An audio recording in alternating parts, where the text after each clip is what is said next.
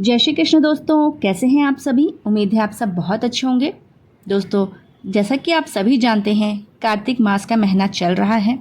तो कार्तिक मास का महीना भगवान श्री विष्णु को अत्यंत प्रिय होता है। ऐसा कहा जाता है कि जो भक्त इस पवित्र मास में प्रातःकाल ब्रह्म मुहूर्त में उठकर स्नान करता है, दीपदान करता है और भगवान का स्मरण करता है, तो उसके सारे पाप नष्ट हो जाते हैं और उसे अच्छे पुण्य की प्राप्ति होती है।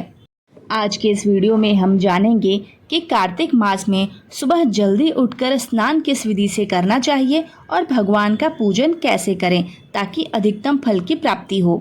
तो चलिए दोस्तों, श्री कृष्ण का ध्यान करते हुए कथा शुरू करते हैं।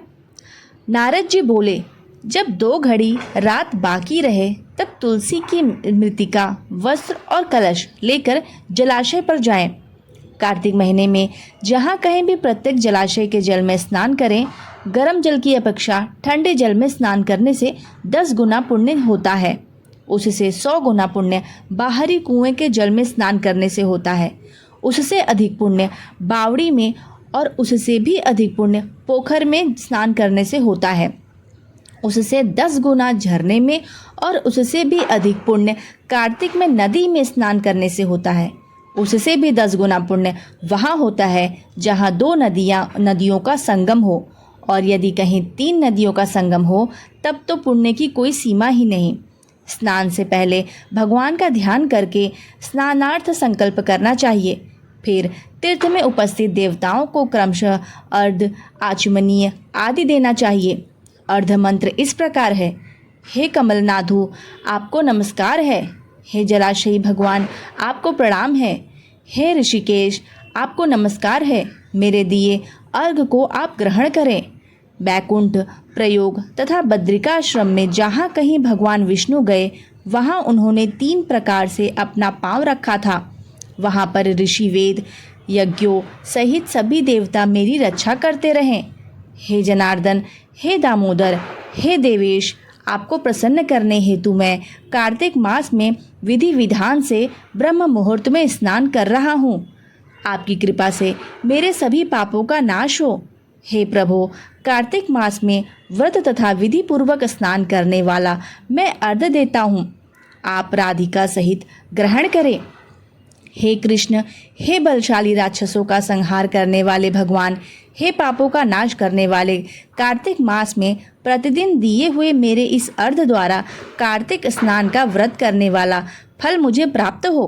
तत्पश्चात विष्णु, शिव तथा सूर्य का ध्यान करके जल में प्रवेश कर नाभि के बराबर जल में खड़े होकर विधि पूर्वक स्नान करना चाहिए।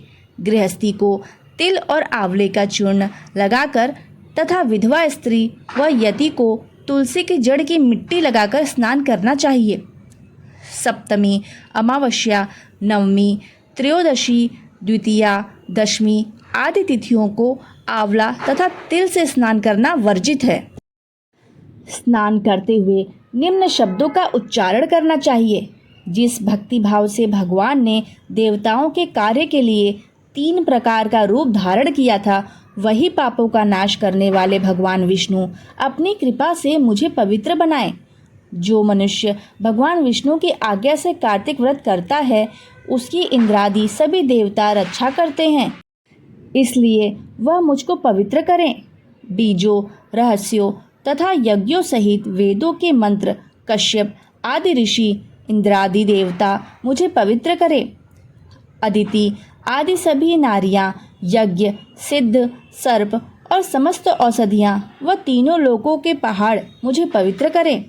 इस प्रकार कहकर स्नान करने के बाद मनुष्य को हाथ में पवित्री धारण करके देवता, ऋषि, मनुष्यों तथा पितरों का विधि पूर्वक तर्पण करना चाहिए। तर्पण करते समय तर्पण में जितने तिल रहते हैं उतने वर्ष पर्यंत व्रती के पितृगण स्वर्ग में वास करते हैं। उसके बाद व्रती को जल से निकलकर शुद्ध वस्त्र धारण करने चाहिए। सभी तीर्थों के सारे कार्यों से निवृत्त होकर पुनः भगवान विष्णु का पूजन करना चाहिए। सभी तीर्थों के सारे देवताओं का स्मरण करके भक्ति पूर्वक सावधान होकर भगवान विष्णु को फिर से अर्घ देना चाहिए। फिर एकाग्रचित होकर भगवान विष्णु की प्रिय तुलसी जी की पूजा करनी चाहिए। उनकी परिक्रमा करके उनको प्रणाम करना चाहिए। हे देवी, हे तुलसी, देवताओं ने ही प्राचीन काल से तुम्हारा निर्माण किया है और ऋषियों ने तुम्हारी पूजा की है। हे विष्णु प्रिया तुलसी, आपको नमस्कार है। आप मेरे समस्त पापों को नष्ट करो। इस प्रकार जो मनुष्य भक्तिपूर्वक कार्तिक व्रत का अनुष्ठान करते हैं वे संसार के सुखों का भोग करते हुए अंत में मोक्ष को प्राप्त करते हैं। दोस्तों, अगर वीडियो अच्छी लगी हो तो वीडियो को लाइक और चैनल को सब्सक्राइब कर दीजिए। जय श्री कृष्ण। धन्यवाद।